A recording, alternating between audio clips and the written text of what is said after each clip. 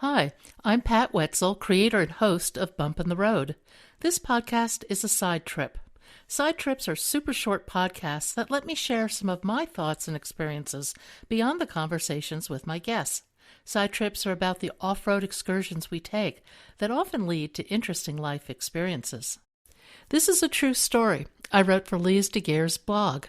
Lise is the award-winning author of Flashback Girl. You might want to check out Lisa's podcast with me. And be sure to check out her book. It will put whatever you've been through in your own life into perspective.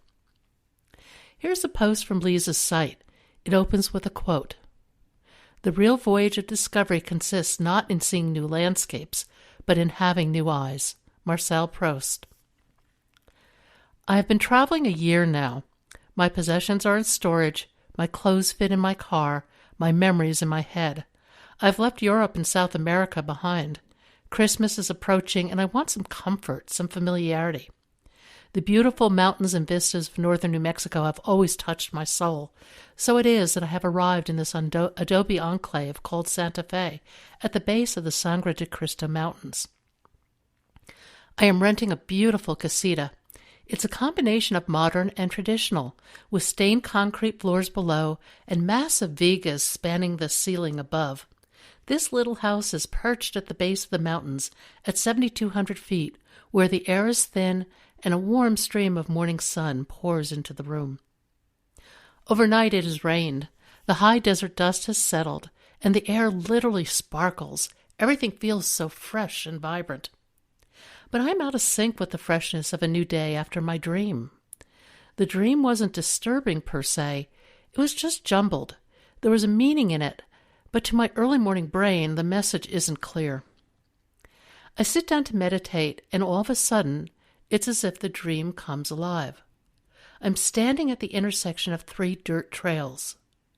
One comes down from the top of the hill, then continues downward. The other goes off to the right. I stand at the crossroad with my backpack. A procession of people from my past come down the hill. We meet, we talk, they go on their way. Down the trail. Everyone carries a package which they present to me. I take the parcel, magically compact it down to nothing as one can only do in a dream, and I place it in my backpack. One person stands out. It is a former business partner. He is a large man carrying too much weight in his middle.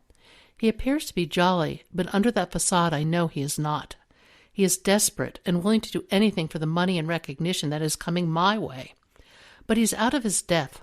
I've created a truly novel web business based on supporting people through long-term illness. I create. He can only steal. And that is what he does. He takes all the intellectual property from my business, registers it with the U.S. Patent Office as his own, then dares me to sue him. My lawyers tell me it will cost in increments of $500,000, take at least 3 years of my life, and there are no guaranteed outcomes. When I see him coming down the hill in my dreams, I remain calm. I have no emotion. I just observe. He arrives, he converses without words, and heads down the hill without much ado. With his departure, I rearrange the items in my pack, which just keep getting more and more insignificant. Where it was once heavy and bulky, it's now so light I hardly notice it. I toss the pack over my shoulder and take off on a dirt path that climbs slightly upwards around the hill towards the rising sun, which is spilling golden light on the waving grasses that surround me. This should be a happy ending. The message from the dream is clear. The past is past. Don't carry it with you. It will only weigh you down. Better days lie ahead. But instead, my dream brings up a well of conflicting emotions I have yet to reconcile. My business partner's betrayal cost me my business and my home of 18 years. I had to find a new family for the kitten I'd welcomed into my house when I was first diagnosed with incurable cancer. She was my talisman that I would live. How could I desert her when she provided me with such hope and solace? But I also know that in reality, my kitten who is now a cat, has found a good home with 2 cat friends and 2 humans who adore her, and she adores them. My beautiful home is no longer a burden of maintenance, taxes, and repairs. And if I'm honest, I was in need of a change, and events conspired to present me with one. My past life was comfortable, predictable, fun, but not necessarily fulfilling. I decorated my home's walls with art and the stunning African floors with rugs. I surrounded myself in beauty, and it resonated deeply with me. In time, I sensed a hollowness to my materialism. Its beauty wasn't diminished, but I had grown. I needed a connection to something greater, to pay the medical, legal, and business bills, and to refine my own footing. I sold my house and took off in search of an elusive something. I flew, I sailed, and I drove. 4 continents and thousands of miles passed. I got into the rhythm of traveling homeless. I became a good photographer and writer, and even won some awards. One of the things I love about travel is that on the road I feel reconnected with a sense of possibility. Part of it is the intensity of being present in unfamiliar environments, and being present opens the door to greater connection with oneself.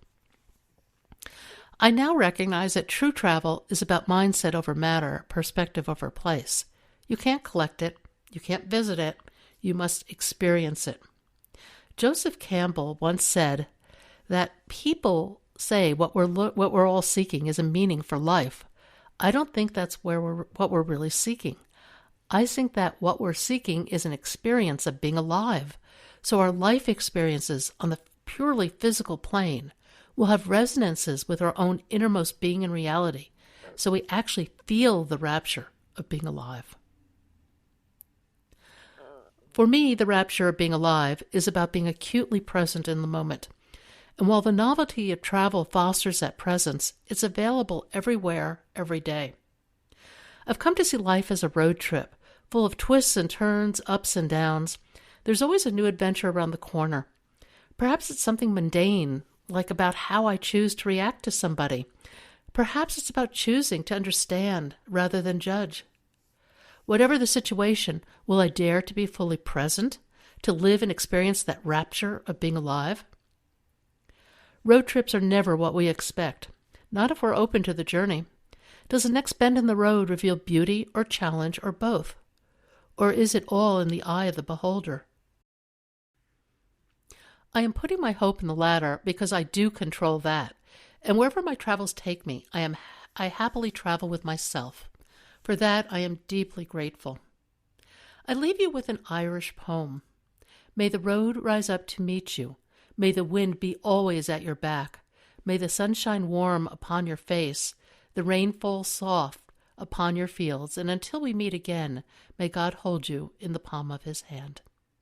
Thank you for listening to this side trip. I will catch up with you soon.